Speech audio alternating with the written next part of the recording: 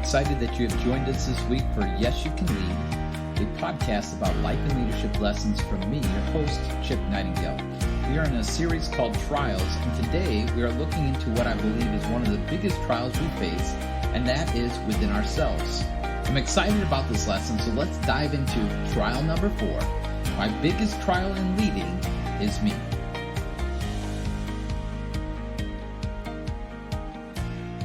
I want to thank you for all the great responses we have received in the first 3 lessons that we have done on trials. If you had not had a chance to listen to all of them, I would encourage you to go back, go to our Apple Podcasts or whatever your favorite podcast channel is, and go to Yes You Can Lead, and you can find those 3 trials, because really they're the segmented way into what we're going to talk about today. And what I believe is probably the biggest trial we all face, at least is the biggest trial I face, and that's this. The biggest trial in leading is me.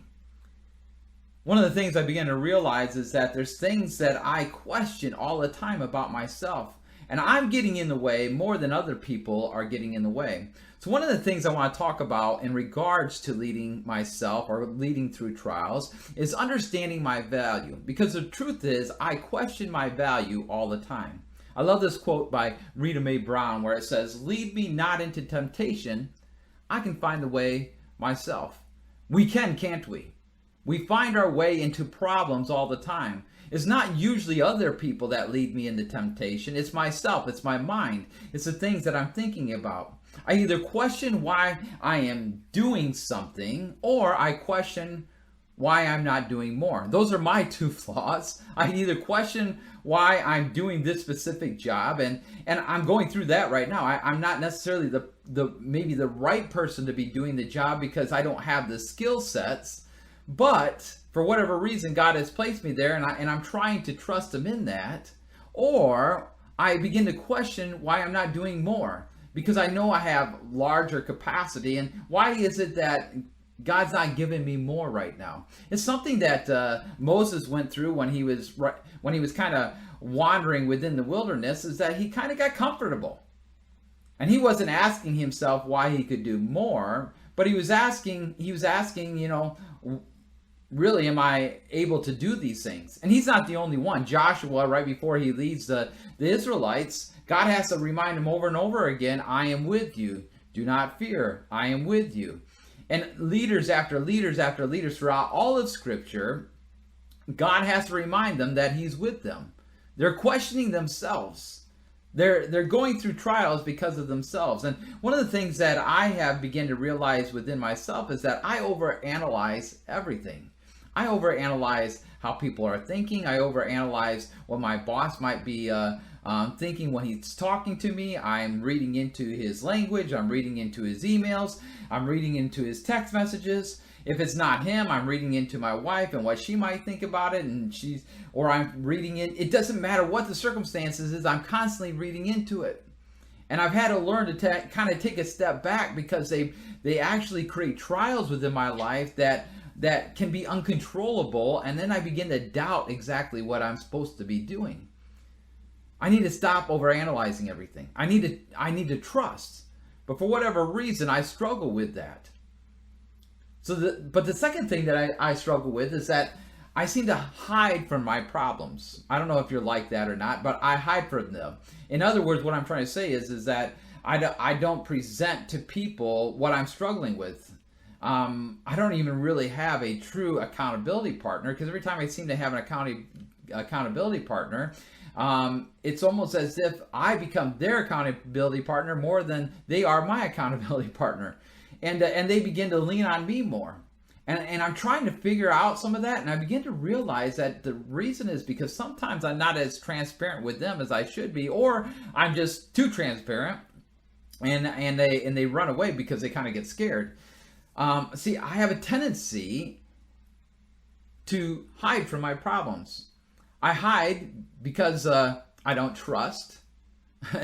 That could be a problem. I don't know if you're someone like that, but I hide because maybe I don't trust the person that I'm having a conversation with to actually share everything that is there. Which comes to the second one is I hide because of fear. I hide because I'm afraid of opening up, or I'm fearful if I say that I might lose my job, or whatever the case might be.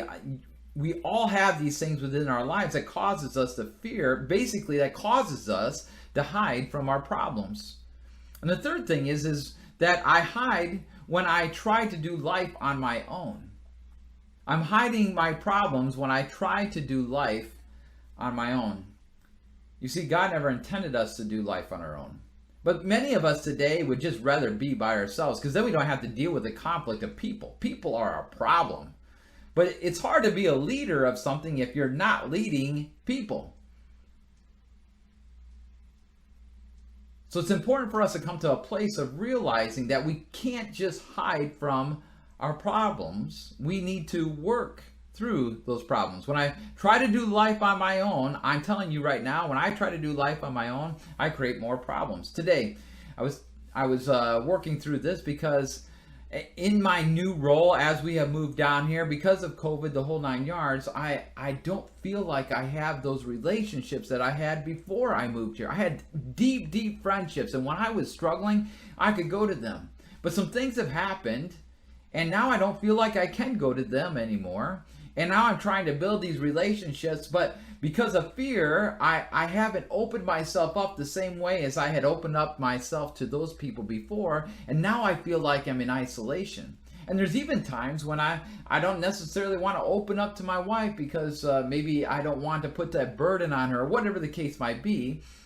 And it creates this loneliness. And unfortunately, it puts me in a position where now I'm hiding from my problems and not working through my problems. So there's something I want us to know when we think about working through these things. When we think about value, we can't just question everything all the time.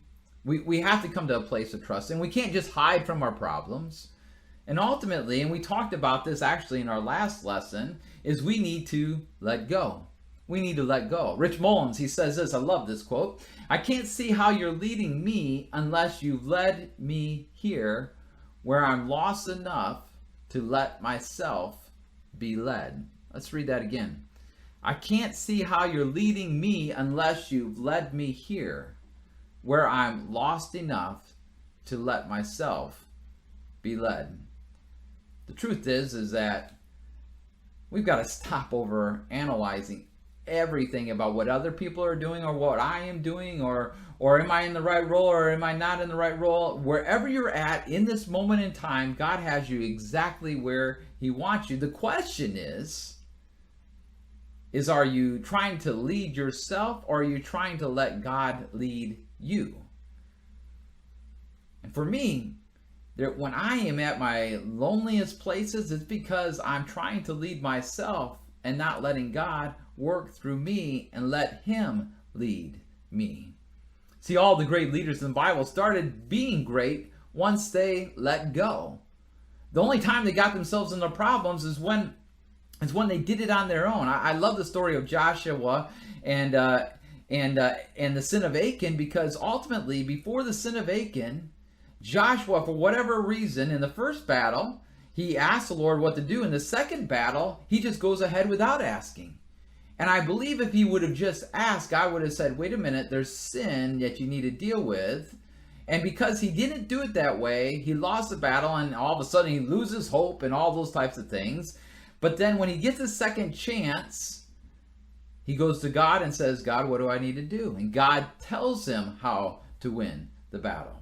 We need to let God go before us and let Him be our leader. I need to stop trusting in people and start trusting in God bringing the right people for me to lead alongside Him. I hope this has been an encouragement to you, and we're going to talk some more about some specific trials as we continue to go through this series on trials. But remember, don't let your life be the biggest trial in the way you lead. Give yourself over to the Lord. Let Him lead you. Thank you for listening and learning some of those amazing truths that we are learning together on trials. If you enjoyed this podcast, would you be willing to do two things for us? Would would you do this? Share the podcast with every one of your friends. You can easily do this by sharing this on any of your social media platforms. You can also like us on Facebook, Instagram, LinkedIn, and Twitter, and tell all of your friends about that. Maybe there is a topic you would like for us to discuss. Just put it in one of those comment sections, and I would love to answer some of those questions and maybe work through some of these things together. Share those with us as well. We really do want to grow in our understanding of leadership together with you. This is not just about what I'm going through. I want to do this with you. The second thing you can help me with is write a review. Please make some comments and let us know what you think of the podcast. I hope this has been an encouragement, so thank you again for taking the time to be with us. We look forward to connecting with you again. And until next time, this is Chip Nightingale, and yes,